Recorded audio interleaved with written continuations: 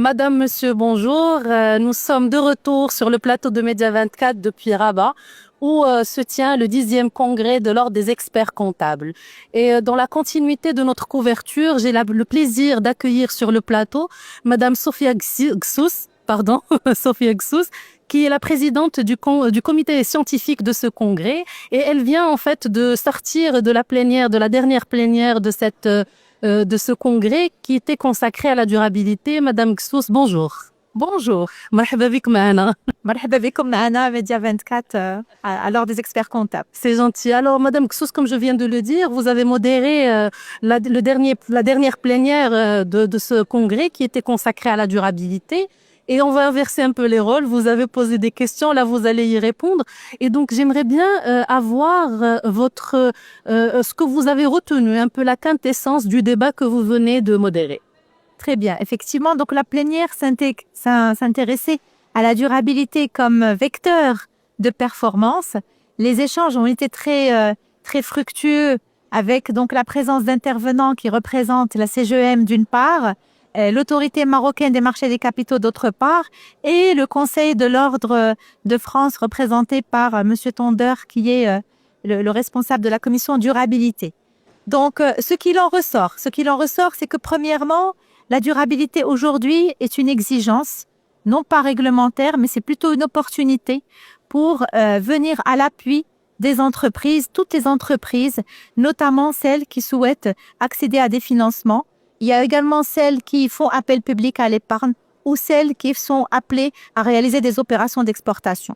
Donc, les parties prenantes sont très exigeantes en matière d'ESG, de tout ce qui est environnemental, social et lié à la gouvernance. Donc, du coup, il s'agit plus d'investir en matière de durabilité. Ce n'est pas un coût, ce n'est pas un surcoût pour l'entreprise, mais c'est plutôt une opportunité qui génère un investissement au niveau technologique, au niveau matériel, mais aussi et surtout au niveau de l'apprentissage, au niveau du capital humain. C'est pas un investissement qui donne ses fruits du jour au lendemain, c'est de l'investissement à long terme qui est très important à faire prendre en considération donc par les dirigeants justement de ces entreprises qui sont seuls habilités à prendre donc à agir dans ce sens. Donc c'est de l'investissement à long terme. La deuxième chose, c'est on a posé la question sur le cadre, sur le référentiel, sur la législation et la réglementation, sur les standards internationaux en la matière. Donc aujourd'hui, ce qu'il en est en fait, c'est que rien n'est figé à ce stade. Même au niveau européen, il y a des législations qui se mettent en place et qui évoluent très rapidement. Donc, il a été en fait conclu, on va dire, par donc l'ensemble des participants qu'il est impératif d'avoir un cadre réglementaire qui est uniforme pour nous permettre, nous aussi d'ailleurs, en tant qu'experts comptables, de travailler sur ce cadre-là. Mais c'est un cadre qui doit être flexible, qui doit être évolutif, mais qui doit tenir compte des spécificités sectorielles. Donc, on ne va pas exiger les mêmes informations d'une entreprise qui est dans une industrie que d'une autre qui est dans le domaine des services ou dans le domaine financier. Le troisième point, c'est concernant donc les rapports extra-financiers qui sont assez importants, donc qui sont nouveaux, on va dire pour nous qui n'avons l'habitude de travailler sur ce qui est financier en tant qu'expert comptable. Aujourd'hui, nous sommes d'ores et déjà et désormais interpellés pour effectuer des travaux sur des éléments qui sont non financiers, ce qui appelle de la formation, ce qui appelle de la normalisation, ce qui appelle aussi de l'adaptation à cette nouvelle donne ou ces nouvelles contraintes. D'accord. Justement, dans le deuxième point, vous avez abordé la question investissement opportunité pour les entreprises et que ce n'est pas un coût. Peut-être aujourd'hui, ça peut être un coût, mais avec un retour sur investissement sur le long terme. Juste, ça, c'est la vision, ça, c'est la réalité. Mais j'aimerais, autant qu'expert comptable, vous êtes au contact des entreprises. Est-ce qu'ils ont une prise de conscience par rapport à cette question d'opportunité d'investissement? Alors, en toute franchise, a priori, les entreprises n'ont pas encore cette conviction. Ils essaient d'abord de comprendre Donc, l'expert comptable ici doit jouer un rôle au niveau pédagogique D'accord. pour essayer de les accompagner, de leur expliquer, de mettre en place une feuille de route pour leur dire si on fait ça aujourd'hui, voilà ce que ça va nous permettre de gagner demain et après-demain. Donc, c'est un travail d'accompagnement en amont, de vulgarisation, d'explication, de conseils, etc. Donc ça, maintenant, quand les entreprises franchissent ce pas, eh ben, elles prennent conscience de l'intérêt, elles prennent conscience de l'enjeu, parce que quand on s'adresse à sa banque et qu'elle nous demande de présenter ces critères ou ces indicateurs ESG et qu'on n'est pas en mesure de les produire et qu'on est vraiment dans l'obligation de lever des fonds, là, on se rend compte de l'intérêt de faire cela. C'est aussi un moyen de rechercher de la performance. D'accord. Parce qu'au-delà de ces exigences de la banque ou de n'importe quel autre bailleur, il faut les voir comme des opportunités pour verrouiller en interne, mesurer et mettre en place des indicateurs performants pour tout ce qui est lié à l'environnement, au social et à la gouvernance. D'accord. Justement, quand on parle durabilité, ESG, et il y a tout un débat sur l'intérêt pour l'entreprise, mais on peut se poser la question, du coup, de ce que signifie la durabilité pour les experts comptables ou pour un cabinet d'expertise comptable. Alors, pour les experts comptables et pour toute la profession des experts comptables, la durabilité, elle redéfinit un peu les rôles de l'expert comptable. Elle constitue un enjeu essentiel en fait pour la profession, surtout pour son avenir. Aujourd'hui d'ailleurs, c'est l'intérêt d'avoir choisi ce triptyque au niveau de cette thématique parce que c'est un des éléments qui vont façonner un petit peu l'avenir de notre profession et également le profil des experts comptables que nous sommes. Aujourd'hui, le monde entier et toutes les économies, y compris l'économie marocaine, vivent une transition au niveau écologique avec tout ce qui est développement durable. Donc, nous devons accompagner ce développement et ces évolutions et être en mesure de prodiguer le conseil nécessaire, l'accompagnement nécessaire et les diligences qu'il faut pour que l'entreprise puisse se mettre en conformité par rapport à ces nouvelles exigences. Donc, l'expert comptable a toujours été considéré comme le partenaire historique de l'entreprise. C'est l'acteur clé qui accompagne dans tous les développements. Et donc là, comme il y a eu par le passé de nouvelles législations, on peut parler de la loi sur les délais de paiement ou d'autres nouvelles législations, ben, l'expert comptable est appelé plus que jamais à interpeller pour accompagner, à mettre en place l'organisation qu'il faut, accompagner les dirigeants et voilà, donc on ensuite certifier, se mettre en conformité. Voilà.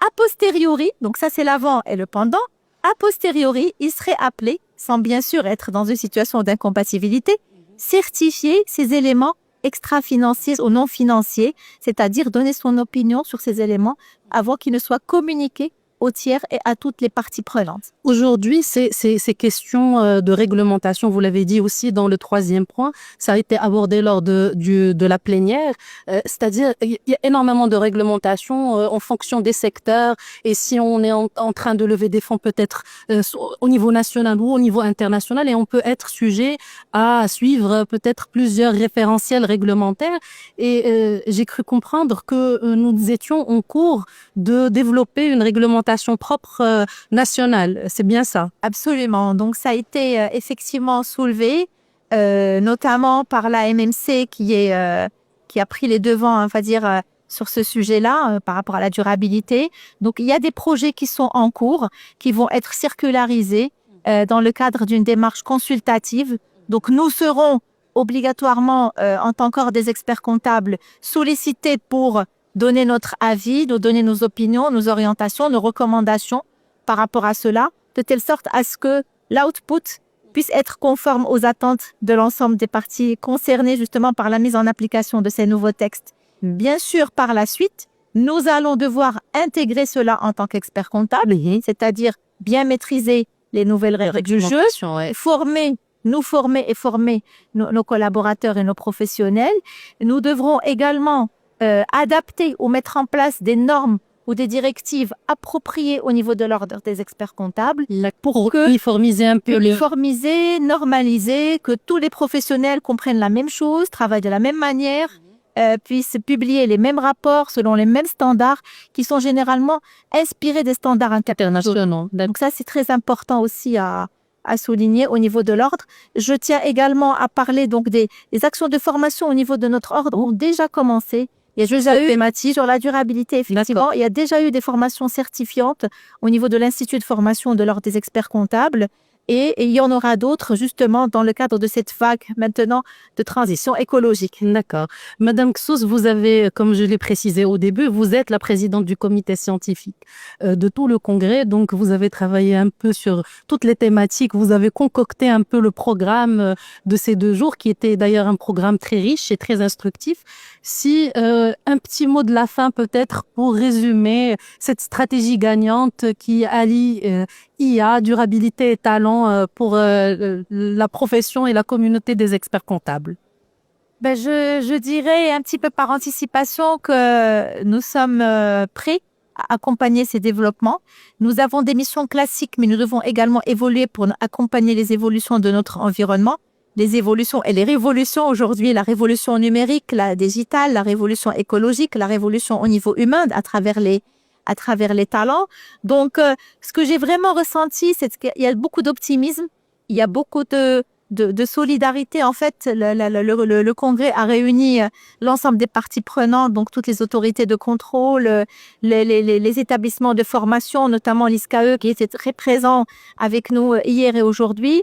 Les échanges, en particulier ce matin sur la partie talent, ont montré qu'il y a vraiment un engagement ferme d'aller de l'avant pour former donc les futurs experts comptables, les experts comptables qui sont encore en formation et la nouvelle génération des experts comptables à avoir le profil qu'il faut. C'est peut-être un nouveau profil d'experts comptables 2030, 2035, 2040 qui seront aptes à travailler, à intégrer ces outils dans leur quotidien et à être en phase avec les nouveautés technologiques et réglementaires. Donc, il y a effectivement cet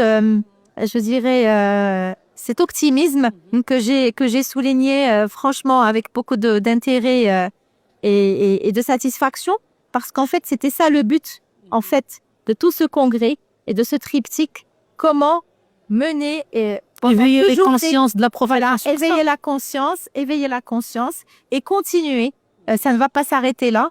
Il y aura cet après-midi donc une restitution des recommandations, des principales recommandations de ce congrès, qui vont par la suite être acheminées à qui de droit, à chaque niveau, pour que chacun puisse s'adapter et mettre en place donc les évolutions nécessaires.